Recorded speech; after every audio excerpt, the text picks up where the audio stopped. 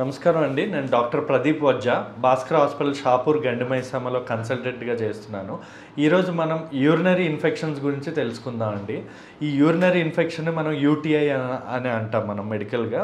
And also ఇది very common in ఎక్కువగా లేడీస్లో ఎక్కువగా ఈ యూరినరీ ఇన్ఫెక్షన్స్తో ఎక్కువగా సఫర్ అవుతూ ఉంటారు.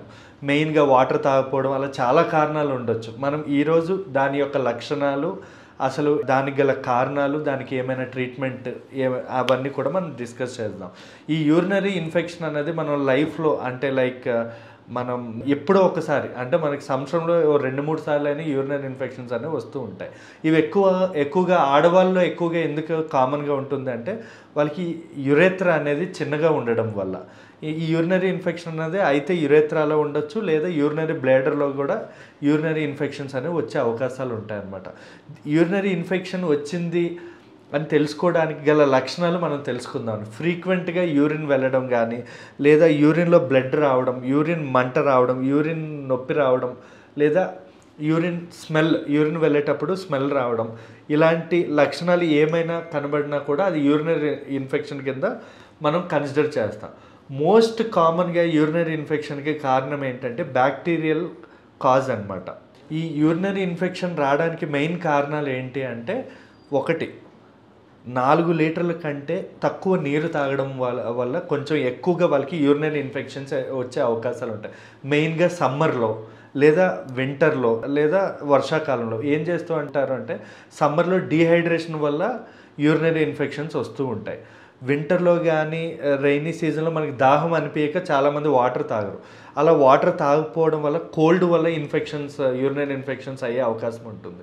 అండ్ రెండోది ఏంటంటే, సెక్షువల్గా చాలామంది ఏం చేస్తారంటే ఆఫ్టర్ సెక్స్ చాలామంది యూరిన్ వెళ్ళకుండా, యూరినరీ ప్లేస్ క్లీన్ చేసుకోకుండా ఉంటారు. దానివల్ల కూడా యూరినరీ ఇన్ఫెక్షన్స్ వచ్చే అవకాశాలు ఉంటాయి.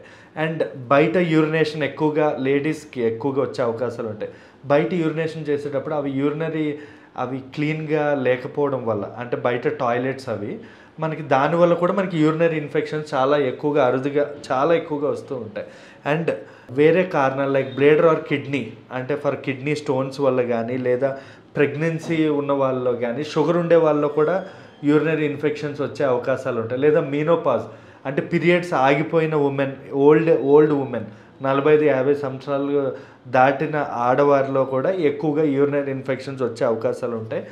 కొన్ని సందర్భాల్లో బర్త్ డిఫెక్ట్స్ అంట, పుట్టుకతోనే బ్లేడర్ అనేది చిన్నగా ఉండడం వల్ల, లేదా యురేత్రా మనం యూరిన్ పైప్ ఏదైతే ఉంటుందో అది చిన్నగా ఉండడం వల్ల, లేదా దానిలో అబ్స్ట్రక్షన్స్ ఉండడం వల్ల కూడా రిపీటెడ్గా రెగ్యులర్గా యూరినరీ ఇన్ఫెక్షన్ వచ్చే అవకాశాలు ఉంటాయి. షుగర్కి వాడే మెడిసిన్స్ వల్ల, లేదా బీపీకి వాడే మెడిసిన్స్ కొంతమందికి పడవు, దానివల్ల కూడా యూరినరీ ఇన్ఫెక్షన్స్ వచ్చే అవకాశాలు ఉంటాయి. లేదా మనం తీసుకునే బయట chemical foods like Coca Cola, Thums Up ఇలాంటి కెమికల్స్ ఉంటాయి, దాంట్లో కెఫైన్, స్మోకింగ్, డ్రింకింగ్ చేసే వాళ్ళకి కూడా మనకి యూరినరీ ఇన్ఫెక్షన్స్ ఎక్కువగా వచ్చే అవకాశాలు ఉంటాయండి. ఈ యూరినరీ ఇన్ఫెక్షన్స్ రాకుండా మనం ఏమి అవాయిడ్ చేయాలన్నది తెలుసుకోవాలండి. మనం ఏంటంటే minimum 4 to 5 litres of water తీసుకోవాలి మెయిన్.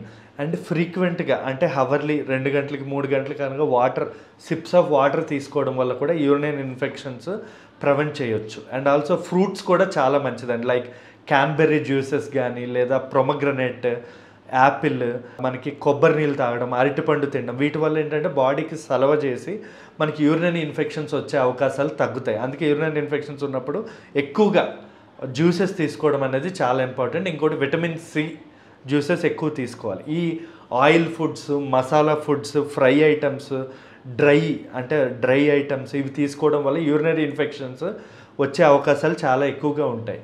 మనం వాటర్ తాగుతూ ఫ్రీక్వెంట్గా యూరిన్ వెళ్తూ ఉండాలి. యూరిన్ ఆపుకోవడం వల్ల కూడా అది మనకి బ్లేడర్లో యూరిన్ అనేది ఎక్కువై మనకి అది కిడ్నీల్లోకి ఈ యూరిన్ అనేది వెనక్కి వెళ్ళిపోవడం వల్ల కూడా కిడ్నీలో నీరు రావడం కానీ, యూరిన్ ఇన్ఫెక్షన్ కానీ రావడం అనేది చాలా ఎక్కువగా ఉంటుంది. దీనికి ట్రీట్మెంట్ ఏముండదండి. కొన్నిసార్లు యూరిన్ కల్చర్ బట్టి మనకి ఏ బ్యాక్టీరియా ఉంది అన్న దాన్ని బట్టి ట్రీట్మెంట్ ఇచ్చుకుంటే తొందరగా తగ్గిపోతూ ఉంటుంది అనమాట. మెయిన్గా మనం యూరిన్ మంట ఉంటే సిటాల్ యూటీ అని కొన్ని సిరప్స్ కానీ, కొన్ని యాంటీబయాటిక్స్, నిఫ్టార్సైడ్స్ కానీ, సెఫ్రోక్సామ్, కొన్ని యాంటీబయాటిక్స్ కానీ పెట్టుకోవాల్సి ఉంటుందండి యూరినరీ ఇన్ఫెక్షన్కి. ఇవన్నీ ట్రీట్మెంట్ తీసుకుంటే సరిపోతుందండి. Thank you.